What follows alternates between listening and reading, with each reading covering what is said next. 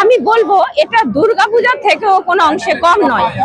কারণ দুর্গাপূজা বিভিন্ন জায়গায় ফাঁকে ফাঁকে ফাঁকে ফাঁকে একটু দূরে দূরে হয় বিভিন্ন বড় বড় মন্দিরগুলোতে, কিন্তু এটা এই যে একটা মাঠের মধ্যে একটা জায়গার মধ্যে এতগুলো মন্দির, এতগুলো প্রতিমা, এতগুলো মণ্ডপ, সে এক অপূর্ব অপূর্ব একটা, মনে হয় যেন এটা একটা তীর্থক্ষেত্র।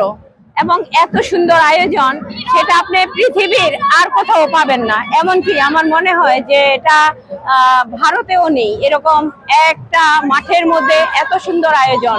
এবং এটা সরস্বতী পূজার মধ্যে বাংলাদেশের ঢাকা ইউনিভার্সিটির জগন্নাথ হলের মাঠের মধ্যে যে আয়োজনটা হয়, এটা মানে ভাবতে পারবেন না আপনারা যদি স্বচক্ষে এসে না দেখেন। তাই আমি আপনাদেরকে অনুরোধ করব অন্তত একবার আপনারা আসেন এবং এসে দেখে যান যে কত সুন্দর আয়োজন।